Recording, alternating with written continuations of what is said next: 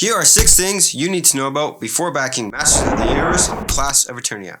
Let's get right into the video. Alright, before we begin this video, I just want to mention I'm not a CMON fanboy or hater by any means. I do think they make great games, however, but the purpose of this video is to help anyone decide if they should or should not back this game. And these are the 6 things I came up with to help you guys decide if this game is right for you. Now with that being said, let's just jump right into the video. My number 1, shipping. If you live in Europe, legally CMON cannot send you this game. They would love to take your money, but unfortunately they can't. If you live in Europe, you do have some options though. You can either use a third-party shipping company to ship this game to you, but keep in mind those are pretty expensive, so you're going to be pretty much paying twice the shipping cost. Or you can reach out to your fellow gamers either through the Kickstarter comment section of this game, or even reach out on forums on BoardGameGeek to see if anyone is willing to help ship this game to you. Personally, I think board games should be shared by all and they should not have restrictions like this, but that's just the situation right now due to licensing rights, and CMON just can't sell it in Europe right now. Or if you live in North America and you want to help out those European backers that want to receive a copy of this game, maybe leave a comment down below with ways they can get in contact with you, or maybe drop a link to like a BoardGameGeek forum or something. I would just love to see the community get together and help everyone share their love for Masters of the Universe. Anyways, with that being said, let's move on to number 2. What kind of game is this, and is it any good? So at its core, it is a one versus many game, but they do have different scenario modes for you guys to enjoy. However, they do have an AI mode, which I'll talk about more later, that can make it more cooperative. But it's mainly going to be played at the one versus many. This is different than a lot of other one versus many games in the fact that the controller in the game can control a bunch of different characters.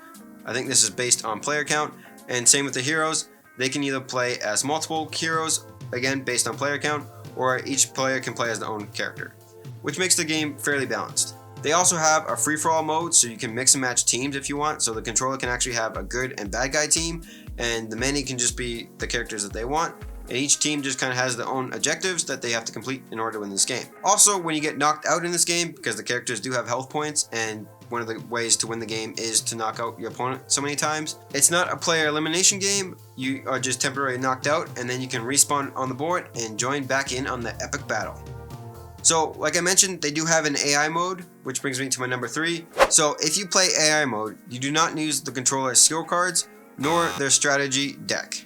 Once players, or player if you're playing solo, has chosen their character cards, you then choose the AI characters. The AI will always play as the controller. Each character in the game has an AI version, so that is the version the AI will be playing as. The AI mode also comes with its own character deck, and that's the deck you'll be using in the game. Each card has their own attack boost ability, and when it comes to the AI, when it attacks, it will always use that attack boost if it's able to. So when it comes to minions, when they attack, they always choose the closest enemy in range, or if there's a tie, the player must choose the worst outcome. So in most cases, it's going to be the player with the lowest health. When the AI character is revealed, the following rules will apply. AI characters will only use skills if there is a legal target in range. They will never waste any power on the skills that doesn't have any effect, and they will spend the correct amount of power. There's also a new rule that comes into play when you play AI mode, and that's the balance of power. Just like when you're playing against a human, when you use your power, it does go to the AI controller, but the AI does not assign the power to any skills. Instead, the AI power token is used to track the amount of power the AI has, and each time the power goes to the controller, it advances the token on the tracker by that amount. The AI will spend this power during the controller activation. So this brings me to my number 4. So like I mentioned, this game has the AI mode, which you play for solo and cooperative play, or they also have that free-for-all mix and match heroes and villains type mode where you try to just go out and battle and try to complete objectives.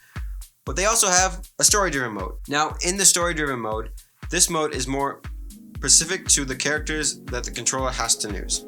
Each scenario lists the ways the controller and the players can win each game. Sometimes it's the same for each side. Sometimes each character has their own unique conditions that must be met. As soon as one side meets that condition, the game ends immediately and declares a winner. So if you didn't already know that already, this game has multiple modes, so it's not just like a battle royale.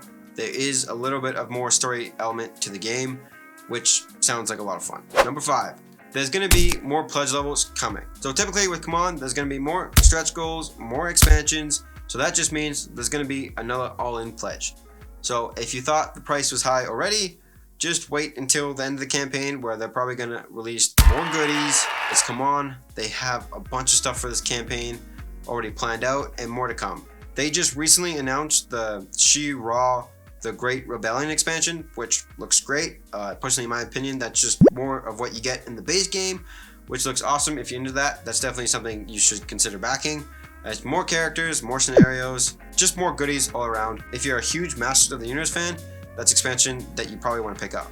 So just to let you know that the pledge level is going to probably be more expensive, and I doubt it's going to be under $300. That's not to mean that the game is expensive. With it being come on, you know that the price with what you pay is worth the price with what you get. Even with the Grayskull Castle expansion, that's going to totally help with the board. I know a lot of people had problems with the board looking how basic it is, but I feel like Come On did that for a reason with everything that you're getting in the expansions. It's going to help spice that board up more. I mean, especially with that 3D castle.